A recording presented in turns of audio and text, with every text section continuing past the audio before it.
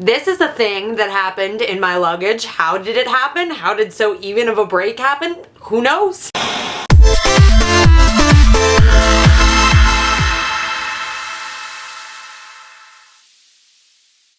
Hello everyone and welcome back to another Sit Down Sunday, the day of the week where we take a break from talking about all the nerdy and geeky stuff that we love and we have a more deep conversation. Why does this arm look so weird? I'm like seeing it in the viewfinder and like this, what's going on here? So as many of you guys know, last week I was on vacation. I truly forgot, guys, how beautiful it is to be on vacation. It was amazing and I want to thank all of you guys for like keeping the views up and not giving me any shit about taking a week off to go on vacation. You guys are awesome. But today I wanted to talk about my least favorite part about going on vacation or traveling because it is a huge factor in my mindset when going into vacation, which is why today's topic is the fear of flying. And obviously I don't mean like if tomorrow I were to get bitten by some sort of spider and had the ability to fly. I don't know why it'd be a spider that would bite me and I'd have the ability to fly, but if that were to happen, I'd probably be cool with it. But what I'm talking about is flying on airplanes. This is a fear that I've had my whole life and it only got worse as I got older, and then I thought it was getting better for a little while, but I've learned that no, it has not gotten any better at all. And when I say fear of flying, I'm not talking about like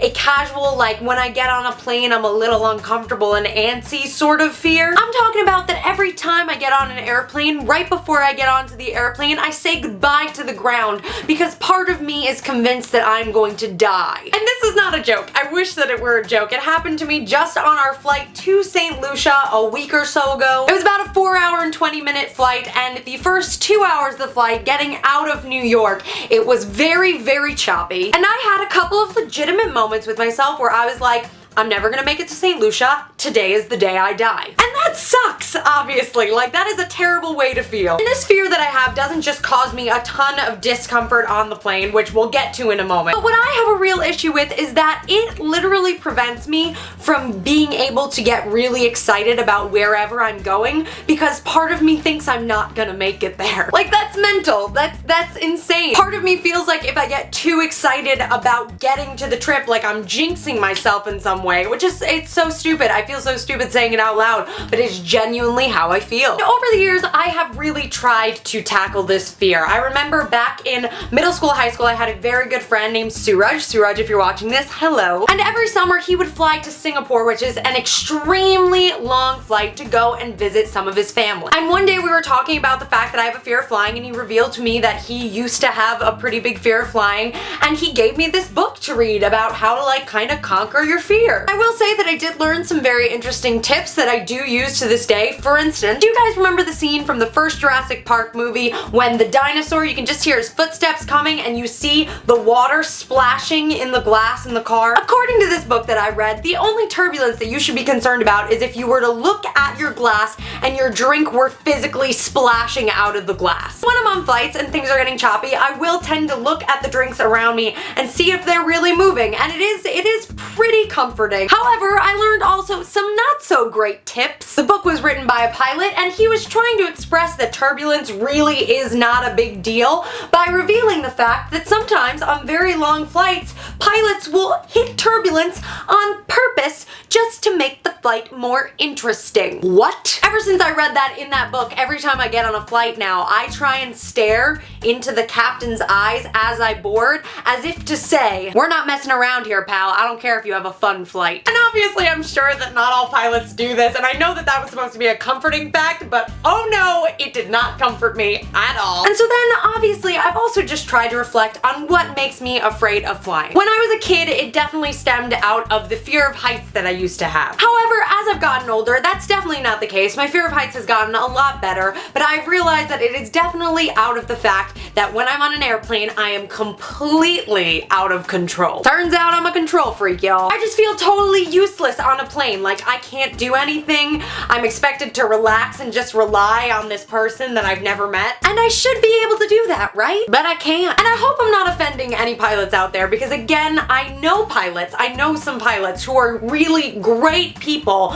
but I just, oh, it's the worst. It's the worst. You can ask any of my family members and I'm the worst. In fact, if I can wish anything on any of you watching this video right now, it is that you never have to be on an airplane plane with me. I'm not somebody who has a lot of rituals. However, on planes, I suddenly become super ritualistic. As I revealed in my Things I Will Not Travel Without video, I do not go on airplanes without my Tinkerbell necklace. We are hitting turbulence. If we are taking off, if we are landing, I am holding that necklace for dear life because somewhere in my brain, I'm thinking that necklace has some sort of magical power to keep us up. And I'm also somebody that cannot zone out on a plane because I'm currently using my mind to make sure that I'm here, and if the pilot has to say anything, if the flight attendants need to say anything, if you're talking to me and the pilot says something and I can't hear it, we're done. We're done. And above all else, again, I'm using my mind to keep the plane afloat. And I so wish that this were an exaggeration, but it's not. Unless we are like super smooth sailing, like unbelievably smooth sailing, I am clutching this necklace and I am like begging for dear life. I review the safety manuals every time I get on a flight. I glare at people who get up to use the bathroom when the seatbelt sign is clearly on and the flight attendants have just said, please take your seats. Actually, funny story, this past flight to St. Lucia, my mom got up to go to the bathroom like just as we were about to start our descent, and you should have seen my eyes. I like looked at my dad and looked at Jenna like, what is this woman doing? And I know some of you are probably sitting there like, watch a movie, read a book. Guys, I wish I could. But again, I'm preparing for at any moment that I need to listen to a really important message from the captain. I will say, however, that I just found an activity that I do enjoy a little bit on airplane, which hilariously was coloring. I brought my colored pencils and I brought my coloring book, and the reason I liked it was because I could stop coloring at any second and just fold that book up, put my colored pencils away, and be ready for turbulence. So people afraid of flying, if you're like me, coloring on a plane might work a little bit. Don't get me wrong, I was no less scared, terrified, etc. However, it gave me something to do in the downtime where I didn't think I was gonna die. Okay, my camera just died in the middle of filming this, which tells me that it's probably time to wrap it up. But I wanted to talk about this because I wanted to know from you guys, do any of you experience like this level